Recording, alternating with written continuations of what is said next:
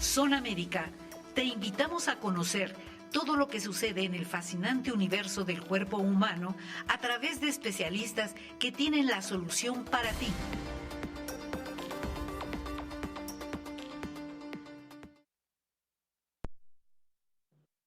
Buenas tardes todos.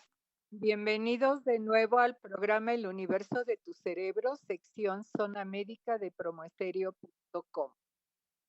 Como ya vieron, cambió la liga. Espero no tengan problemas para conectarse con nosotros. Si saben de alguien que tenga problemas, por favor intercomuníquense y aclárenlo para que no perdamos audiencia.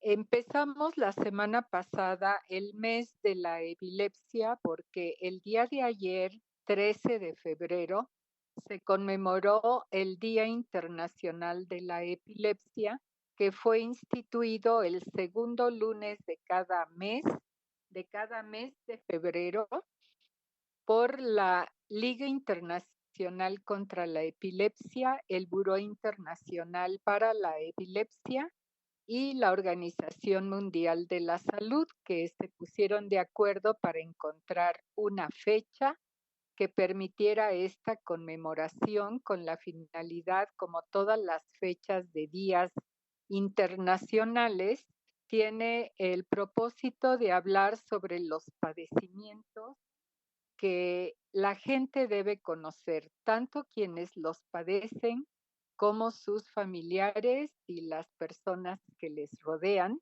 así como la sociedad en general, especialmente enfermedades como la epilepsia, que está rodeada de mitos, está rodeada de prejuicios, que ocasiona rechazo en la sociedad, ocasiona discriminación y un estigma que es justamente el origen de todas estas reacciones.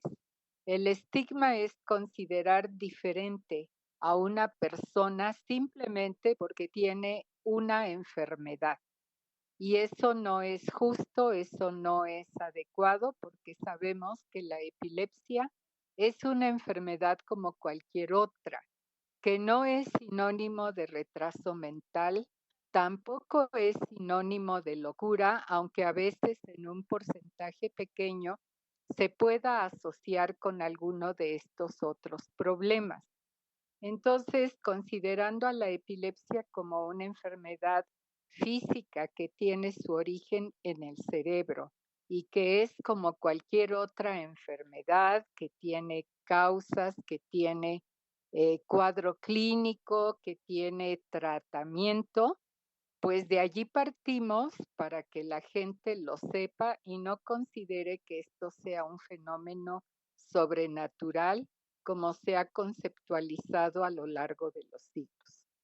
El tema de este año para la conmemoración se eligió el estigma, justamente el tratar de hablar sobre esta problemática y con la información intentar su erradicación con la finalidad de que las personas que tienen epilepsia no sean estigmatizadas y puedan tener las oportunidades de cualquier persona para insertarse en su medio social, sea la escuela, sea el trabajo, sea la familia, porque el estigma aparece en cualquier medio donde se desenvuelva el individuo.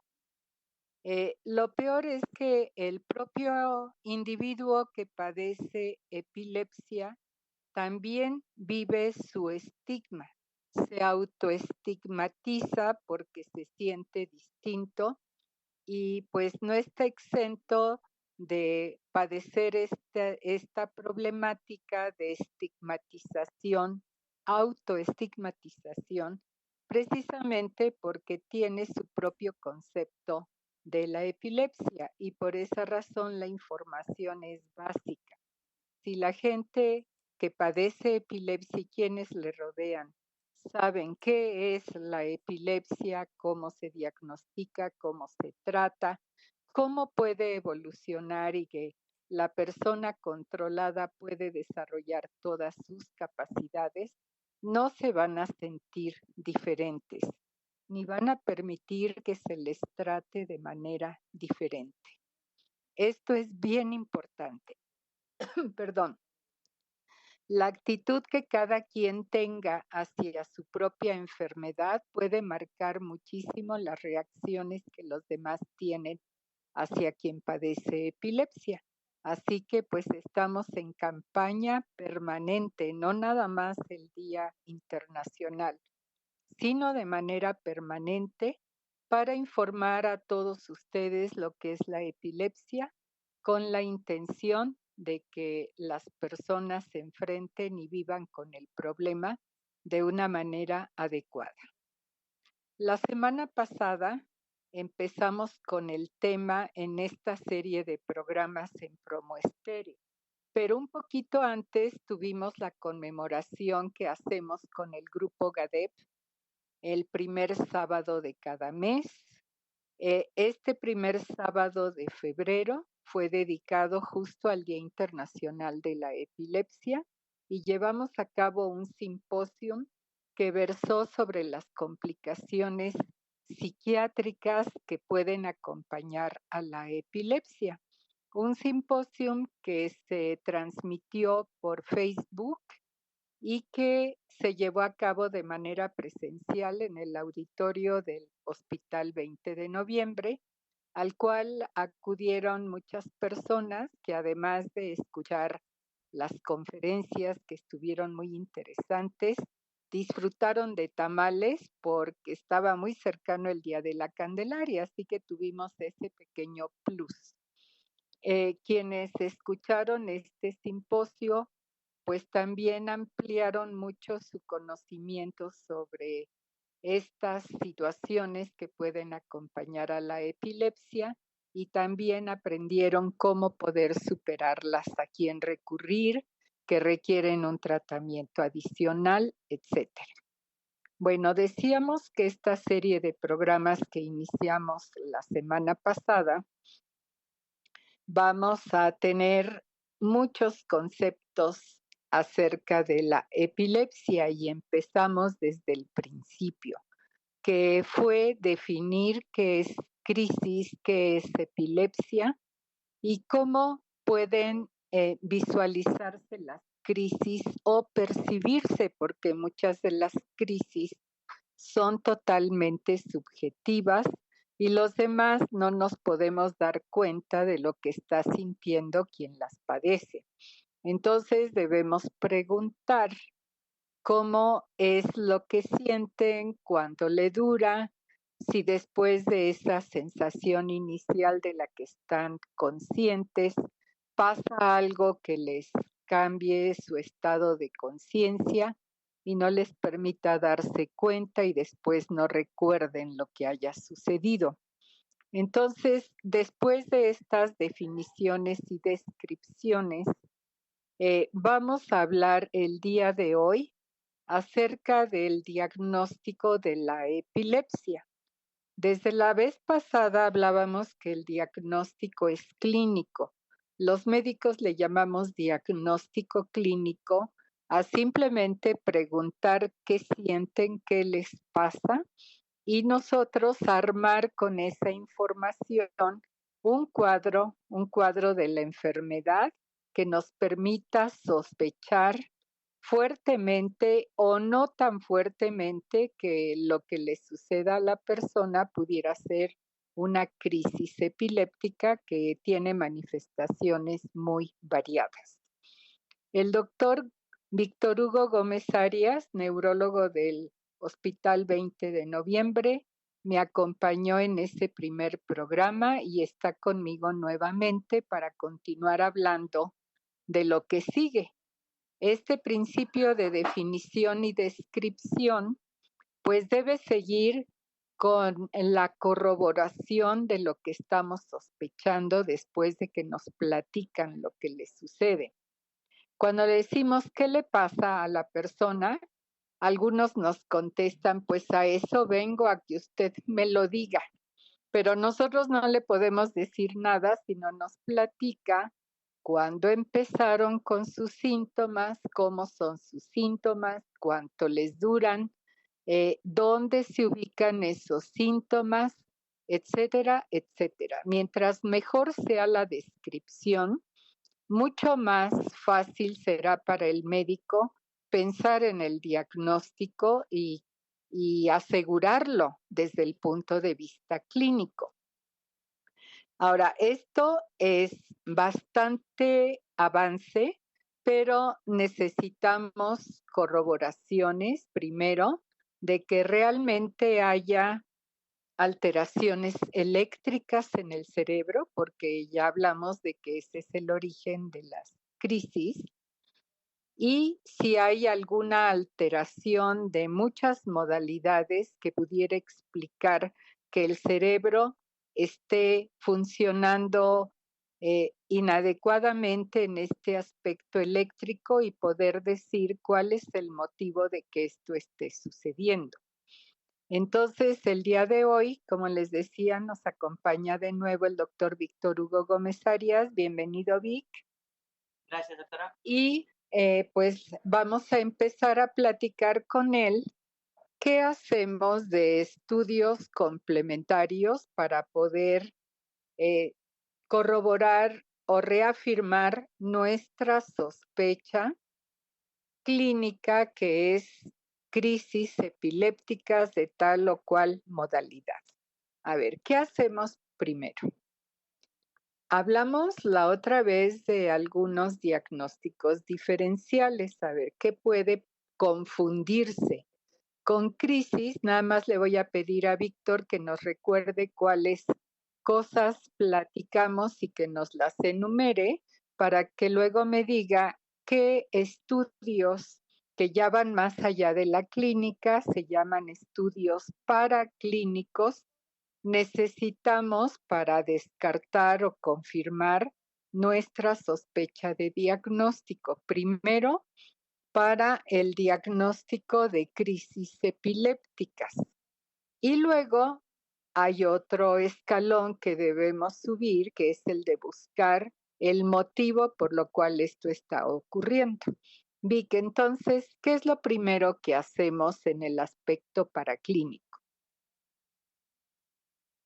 Bueno, en cuanto a las crisis que pueden parecerse a fenómenos epilépticos, realmente la diferencia principal la vamos a sospechar con el interrogatorio, con los detalles de la descripción de cómo ocurren los episodios en muchas ocasiones, con la descripción adecuada y detallada de cómo van ocurriendo los fenómenos durante cada ataque, es suficiente para darnos cuenta si estamos ante una crisis epiléptica o ante crisis epilépticas o ante eventos similares. Los que más se pueden confundir son los síncopes, que es una situación en la cual el corazón no bombea con la suficiente fuerza la sangre a todo el cuerpo y eso hace que se pierda momentáneamente la conciencia. Esos son como desmayos pequeños, muy breves y que a veces se confunden con crisis epilépticas.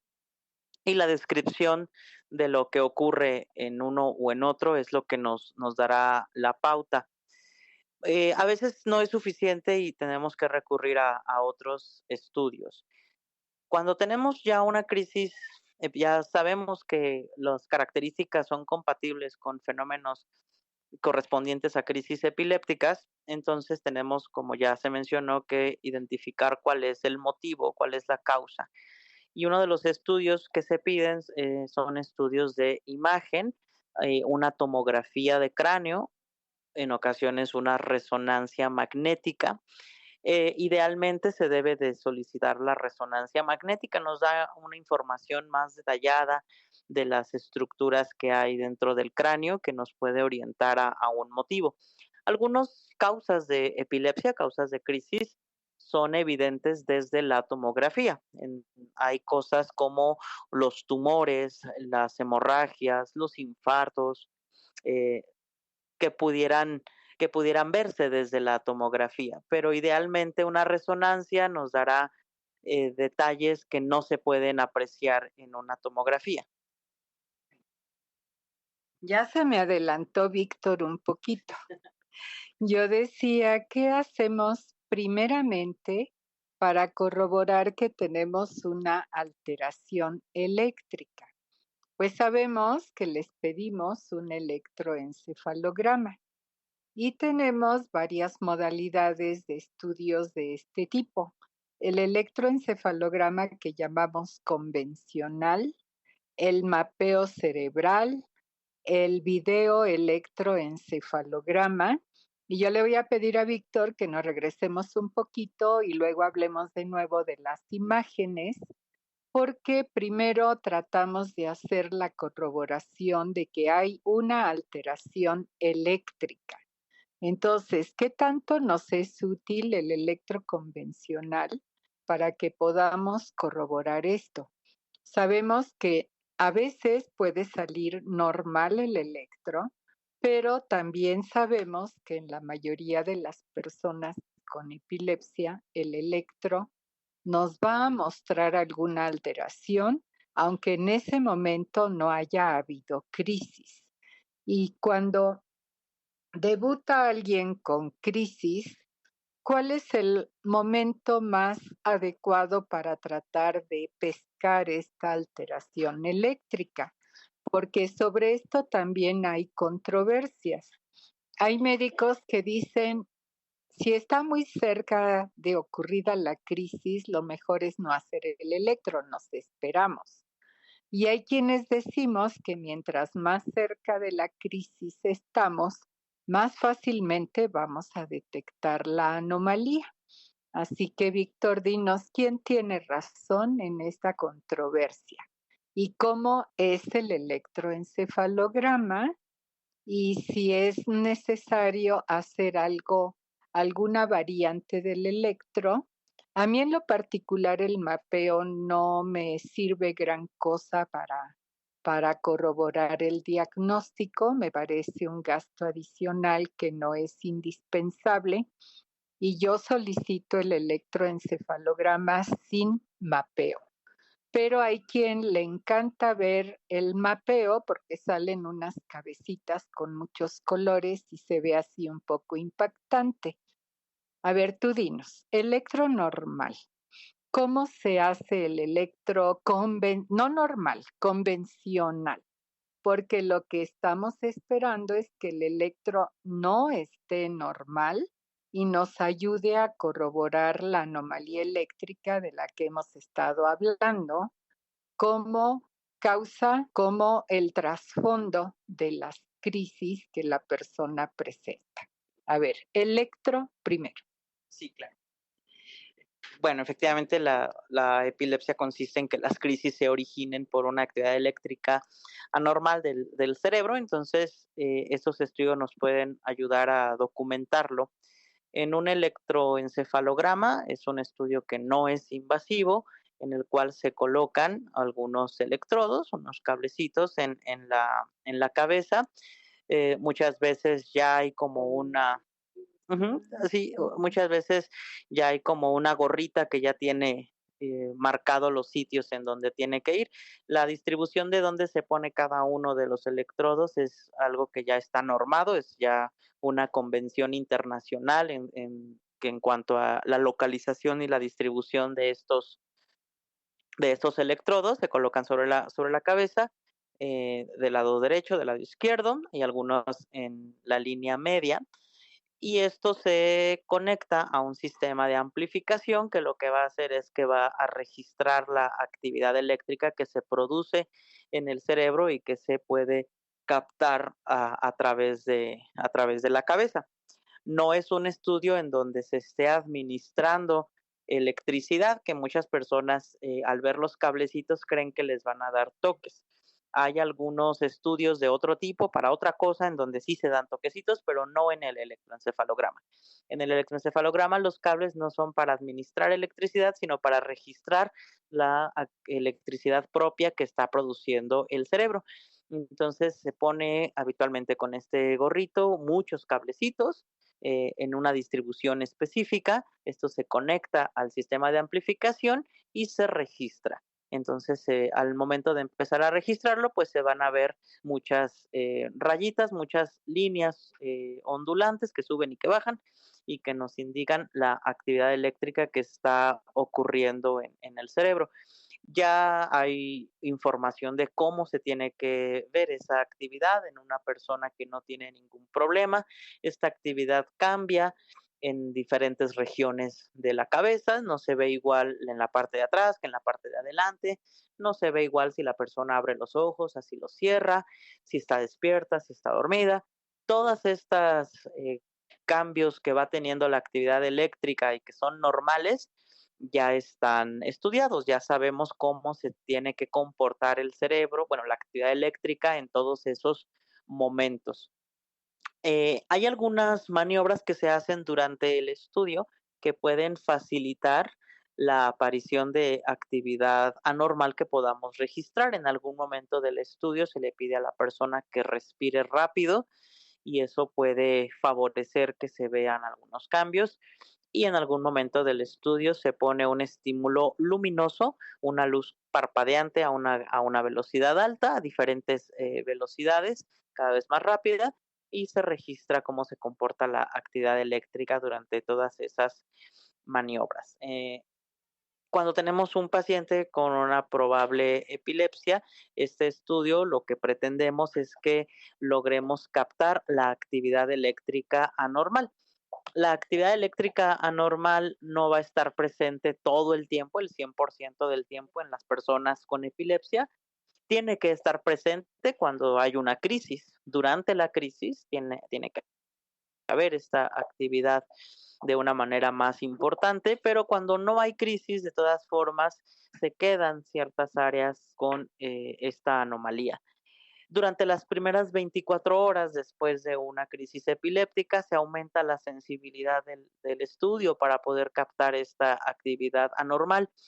En general, personas que tienen una alta frecuencia de crisis, que tienen crisis muy seguidas, muy frecuentes, es muy probable que tengan esta anomalía que se pueda detectar en el electro. De cualquier manera, el hecho de que salga normal no descarta el problema, porque estamos haciendo los electros convencionales habitualmente cuando la persona no está teniendo la crisis.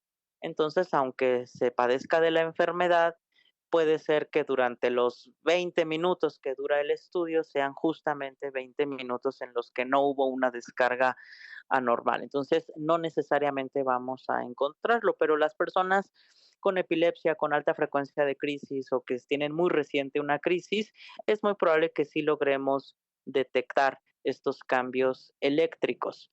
De la misma manera, hay personas que no tienen ninguna enfermedad, que no padecen epilepsia y que tienen variantes de la normalidad, que su actividad eléctrica tiene algunas variaciones que se parecen a la actividad de las personas con epilepsia. Entonces, es un estudio de apoyo que siempre tenemos que evaluar en el contexto de lo que le está pasando a la persona.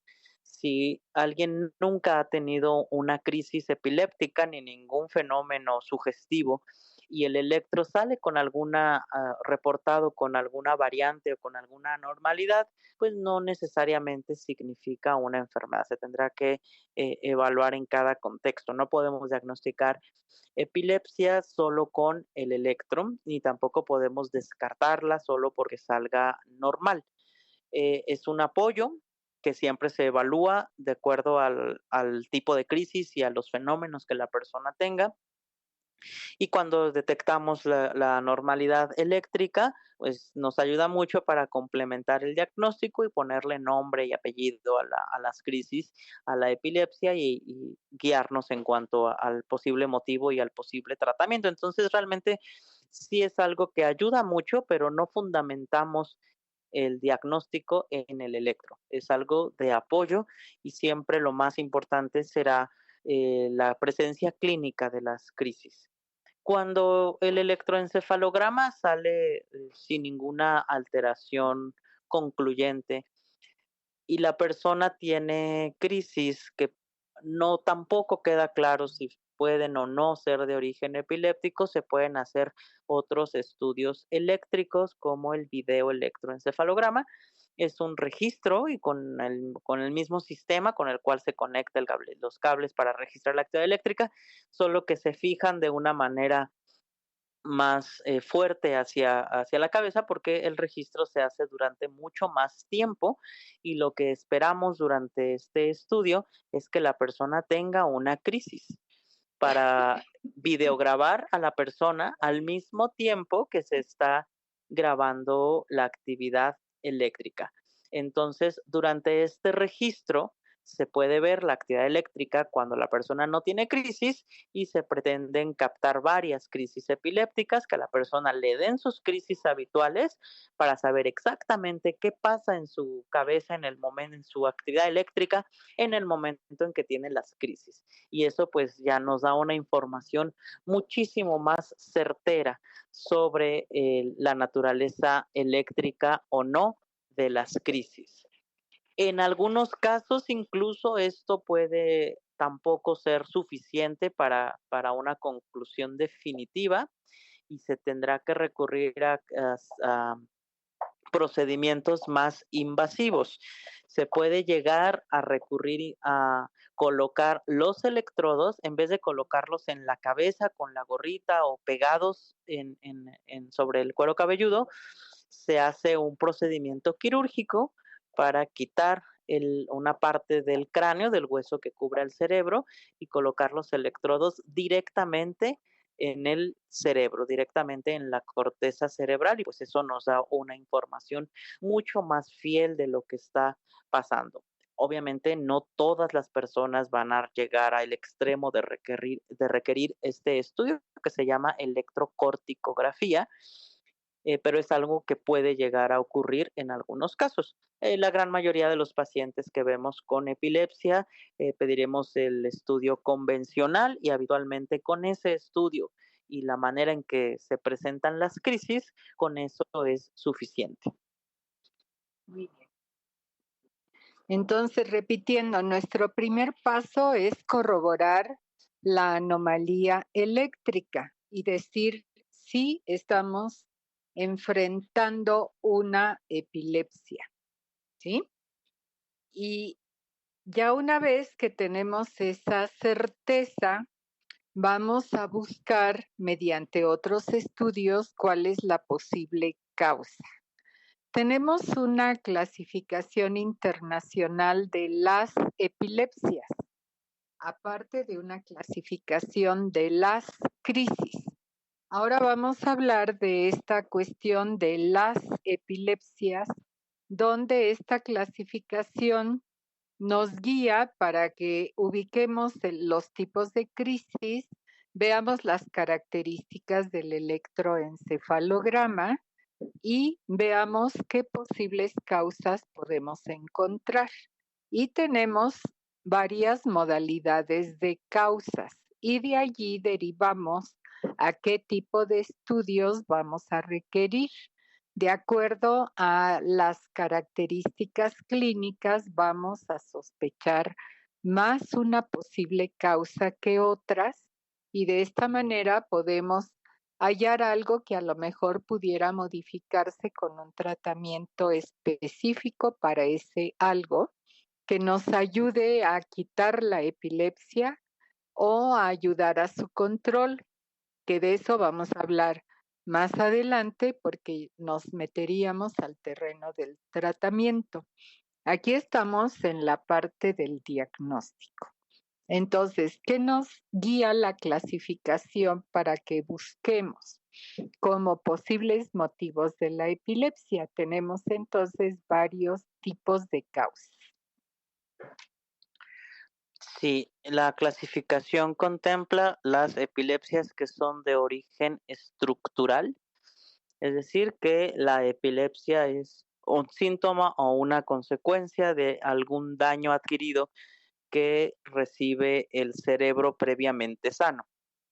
Un cerebro previamente sano al cual le ocurre alguna situación como puede ser un golpe fuerte, un tumor, una hemorragia, un infarto o alguna infección, las meningitis, las encefalitis, Los cisticercos, la cisticercosis, que es un problema de salud importante en nuestro país, pueden alojarse en el cerebro y eso ocasionar crisis epilépticas. También hay personas con malformaciones vasculares, que los vasos, las arterias, las venas que hay en el cerebro tienen alguna anomalía y eso hace que se rompan o que sangren o que simplemente el hecho de estar en donde no deben estar irrite las neuronas que hay alrededor y eso ocasionar un problema de epilepsia. Entonces, en todas esas situaciones les llamamos epilepsias de origen estructural. Hay algo que afecta a el cerebro previamente sano, que es adquirido, que está ahí físicamente dañando al cerebro. También se llaman epilepsias estructurales cuando el cerebro tiene una malformación desde su inicio, una alteración estructural que no es adquirida, como los que mencionamos antes, sino que alguna parte del cerebro o una región microscópica de las neuronas no se forma adecuadamente. Eso también correspondería a epilepsias estructurales. Hay un error en la estructura, pero en este caso es de nacimiento, es decir, desde la formación embrionaria del cerebro, que no gire adecuadamente, que no se formen adecuadamente los giros. Si han visto imágenes del cerebro, tiene como muchas arrugas, muchos surcos, y si esos se forman mal, se forman menos de los que deben estar, se forman más de los que deben estar, todo eso hace que sean zonas anormales que pueden desarrollar epilepsia. Estas malformaciones o errores o problemas adquiridos en la estructura del cerebro es a lo que corresponden las epilepsias estructurales y la gran mayoría de estas epilepsias de origen estructural vamos a poder documentarlas con lo que mencionábamos previamente, con los estudios de imagen. Algunos de estos errores de las estructuras se verán en las tomografías y algunos son más sutiles y se verán en la resonancia magnética, como por ejemplo la esclerosis mesial temporal. La esclerosis mesial temporal es una alteración estructural en una parte del cerebro, que es el lóbulo temporal, en la parte más interna, más hacia la línea media del lóbulo temporal, que se daña, se adelgaza y tiene cambios estructurales y esto hace que se generen crisis. Y es una causa muy frecuente de epilepsias de difícil control. Esta esclerosis mesial temporal es una alteración estructural que no se ve en las tomografías, que se ve en las resonancias. E incluso habrá algunas alteraciones estructurales que son muy pequeñas, lo suficiente para producir crisis, pero no lo suficiente como para verse en los estudios. Hay algunos problemas que se llaman displasias corticales, esto es, que no es todo una parte grande del cerebro, sino una pequeña parte de la corteza cerebral la que no se formó adecuadamente, la que tiene neuronas que son anormales desde su origen. Y en estas causas hay displasias corticales lo suficientemente grandes como para verse en las resonancias. Muchas de ellas se ven en las resonancias, se ve más grueso o alterada la forma de la corteza cerebral, pero hay algunas que son muy pequeñas, entonces no se alcanzan a ver en la resonancia magnética, pero sí están ahí y están produciendo un problema de epilepsia. Son neuronas que descargan de manera anormal. Entonces, aunque muchas de estas causas estructurales se van a ver en los estudios de imagen, si el problema estructural es lo suficientemente pequeño como para escaparse a la imagen, los estudios saldrán reportados como normales. Y eso no significa que las personas no tengan un motivo por el cual tener epilepsia. Significa únicamente que el motivo de su epilepsia no es uno que se pueda ver en los estudios de imagen, pero no significa que no se tenga la enfermedad. Hay gente que le preocupa que los estudios salgan normales y dicen, bueno, entonces, ¿qué tengo? Bueno, se tiene el problema de epilepsia y se tiene una causa que no es demostrable en resonancia magnética porque seguramente es microscópica, es a un nivel mucho más celular y por eso no se alcanza a apreciar y por eso no se documenta en los estudios. El otro gran grupo de causas de epilepsia son las causas genéticas. Hay muchas epilepsias, incluso familiares, que se presentan por una alteración en los genes. Entonces, se nace con una alteración genética que hace que las neuronas no funcionen adecuadamente. Esto es distinto a lo anterior porque en la estructural lo que está mal es la forma, digamos, del tejido y de la organización del tejido y del cerebro. En las epilepsias genéticas, habitualmente la estructura es normal.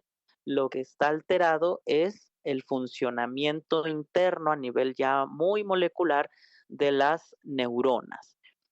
Las neuronas tienen muchas proteínas y tienen muchas partes que sirven para su función, para activarse cuando deben activarse, para apagarse cuando deben apagarse. Entonces, estas alteraciones genéticas, la mayoría de ellas ocasionan una mutación en alguna de estas partecitas que hace que las neuronas se activen más de lo normal o que no se apaguen como deberían hacerlo, ¿no? Entonces, estas alteraciones genéticas también pueden ocasionar epilepsia y en la gran mayoría de las epilepsias genéticas tendremos imágenes normales porque el problema es a nivel de moléculas o de proteínas específicas. Hay epilepsias, como decía, que son incluso familiares, que toda la familia o muchos miembros de la familia saben que tienen esta enfermedad y que, bueno, es algo que se pasa de generación en generación. Estas se pueden estudiar con paneles genéticos. Hay estudios genéticos en los cuales nosotros podemos pedir que se analicen los principales genes asociados a epilepsias genéticas específicas. Sin embargo, esto es particularmente útil con las epilepsias que se deben a un solo gen. Es mucho más fácil entonces detectar varios, estudiar varios y ver si alguno está alterado. Pero hay muchas epilepsias genéticas que son poligénicas, o sea, que se deben a muchos genes o a problemas específicos en uno y otro gen y no a una única mutación. En esos casos será más difícil documentarlo aún con el estudio genético. Cuando tenemos una familia con epilepsia o un cuadro de una epilepsia muy sugestivo de alguna epilepsia genética específica ya conocida, ya documentada, pues se puede pedir estos paneles y nos pueden ayudar a detectar los genes. En estos paneles genéticos ocurre lo mismo que con los otros estudios que mencionamos. Estos hacen el diagnóstico, ayudan al diagnóstico cuando se tiene el cuadro clínico y las crisis. Hay algunos genes que hay muchas personas que son portadoras de alguna mutación, pero no la expresan.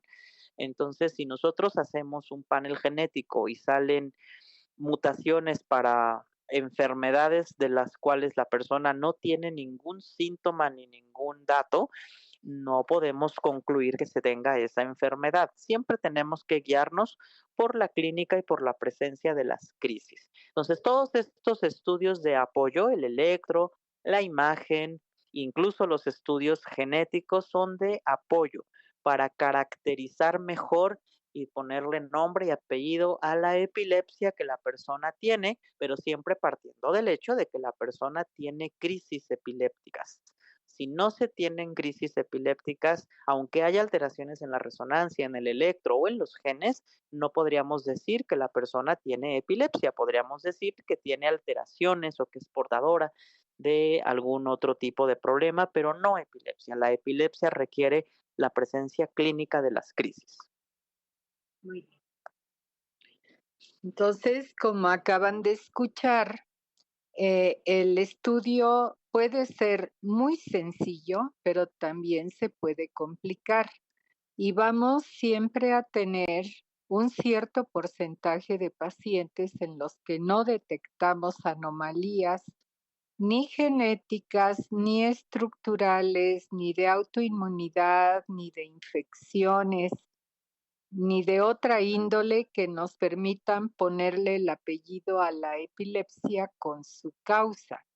Y le llamamos entonces de causa desconocida o causa no determinada. Yo quiero insistir mucho en algo que dijo el doctor Gómez, que los pacientes se desconciertan mucho cuando dicen, bueno, me salió el electro normal, me salió la resonancia normal. Entonces, no tengo epilepsia. ¿Qué tengo?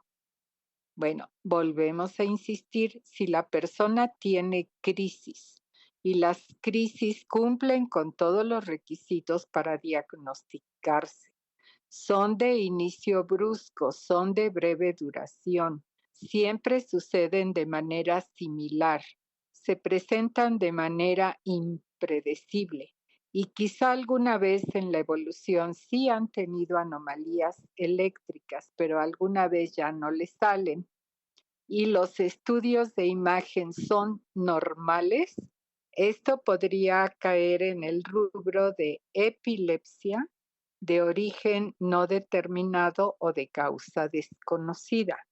Pero partimos, como enfatizó el doctor Gómez, de que la persona tiene fenómenos sugestivos o comprobados de crisis epilépticas. Y entonces hablamos de una epilepsia. A veces podemos, como les decía, ponerle nombre, primer apellido, segundo apellido, a nuestro diagnóstico de epilepsia. Y el primer nombre, pues es epilepsia, obviamente, por la presencia de crisis. Le ponemos un primer apellido que sería epilepsias con crisis de inicio focal. Hay otro grupo que serían las epilepsias de inicio con crisis de inicio generalizado.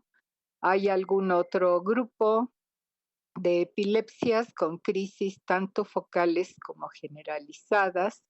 Y si no sabemos cuál es el sitio, digamos, anatómico de origen de las crisis, pues le llamamos epilepsia con crisis de inicio no determinado o desconocido.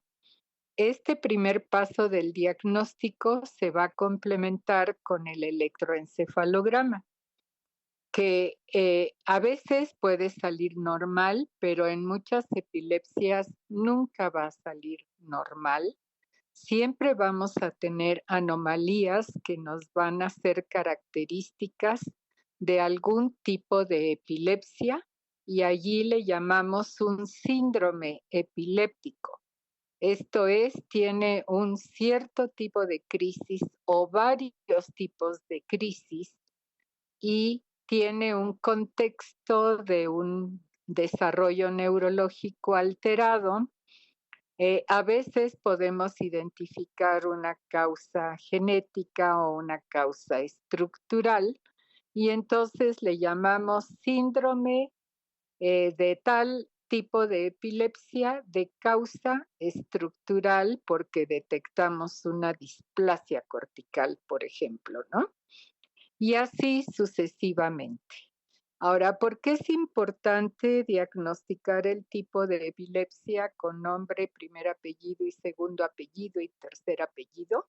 Bueno, primero porque el motivo por el cual la epilepsia está ocurriendo pudiera tener algún tratamiento, como algunas enfermedades metabólicas por errores del metabolismo de alguna de las sustancias que componen nuestro organismo y entonces se puede conocer un tratamiento que pueda contribuir enormemente a corregir el problema. Perdón. Por otra parte, cuando caracterizamos un tipo de epilepsia, pues también vamos a establecer un pronóstico. En muchos casos empezamos a ver a la persona que tiene crisis epilépticas y no sabemos cómo le va a ir a futuro. En otros casos, por las características de la persona y de las crisis, sí podemos establecerlo. Y en otros más, desde el principio, igual podemos decir, nos va a ir muy mal porque no voy a hallar con qué curarle, no voy a encontrar medicamento o medicamentos que puedan controlar del todo los tipos de ataques que esta epilepsia está produciendo, y allí podemos establecer que el pronóstico no va a ser bueno y nos vamos preparando para un futuro en el que vamos a tener dificultades para el manejo del caso. La persona afectada pues va a tener una serie de problemas que se le van a ir sumando, y quienes lo cuidan pues igual van a tener que batallar con todas estas situaciones. Así que el diagnóstico es bien importante, y sobre todo el tener claramente cómo son los tipos de crisis, porque de allí vamos a derivar cuáles son los medicamentos apropiados para controlar esos tipos de crisis. Y en el contexto de una epilepsia, pues vamos a elegir tratamientos de las crisis que componen ese cuadro de epilepsia. Y de esta forma, pues vamos a tratar de mantener en la mejor condición a la persona. Y si tenemos la fortuna de diagnosticar una epilepsia de buen pronóstico, que algunas lo son, ahorita Víctor nos va a decir algunas de ellas, bueno, pues sabemos que con el tratamiento apropiado vamos a lograr un control muchas veces completo, y le vamos a permitir a la persona vivir una vida normal, con la única diferencia de que va a tomar una medicina de control, pero sabemos que mientras lo haga correctamente no va a tener absolutamente ningún problema, ni se van a ver afectadas sus facultades mentales, ni va a tener realmente limitaciones que le impidan estudiar, trabajar, tener una familia, etcétera. Entonces, Víctor, ¿qué podemos decir de lo que acabo de comentar? Sí, es muy importante eh, el diagnóstico integral de todos los aspectos que tienen que ver con la epilepsia, no solamente decir que la persona tiene crisis, tiene epilepsia, sino tratar de investigar de una manera completa todos estos estudios para tener un panorama completo, no solamente sobre el tipo de epilepsia, sino sobre la causa, porque habrá causas que requieran su tratamiento independiente al tratamiento de la epilepsia. Es decir, si una persona empieza con crisis epilépticas, hacemos los estudios, hacemos una imagen y encontramos un tumor cerebral, pues requerirá el tratamiento para la epilepsia, pero requerirá el tratamiento para el tumor. Entonces, por un lado, nos va a ayudar a buscar enfermedades que puedan no estar diagnosticadas y que la epilepsia sea su síntoma que nos oriente a que algo está pasando en el cerebro y requerir pues del tratamiento para lo que se encuentre como posible causa. Y por otro lado, pues nos ayuda a saber qué esperar de esa epilepsia. La evolución que van a tomar las epilepsias son muy variadas porque dependen directamente de estas causas. Hay algunas epilepsias como la epilepsia de ausencias de la niñez, que es algo que ocurre en muchos niños que tienen estas crisis en donde se desconectan brevemente y que se llaman ausencias, que es un tipo de epilepsia generalizada con un trasfondo genético. Sabiendo qué es ese tipo de crisis, qué es ese tipo de epilepsia, pues también sabemos que lo que esperamos a futuro es que esto no afecte el desarrollo del niño, que se controle con un medicamento y que pueda llegar a curarse de la epilepsia y no tenga que tomar medicamentos de manera indefinida. si esa es una evolución que pueden tomar algunas epilepsias muy benigna, algunas otras no tienen esa misma evolución, algunas como la epilepsia mioclónica juvenil, por ejemplo, eh, es una epilepsia que se controla muy bien también con los primeros medicamentos. Sin embargo, aquí no va a haber una autolimitación. Las personas con ese tipo de epilepsia se controlan muy bien con los medicamentos, pero es muy difícil que alguna vez en su vida puedan dejar de tomar el medicamento.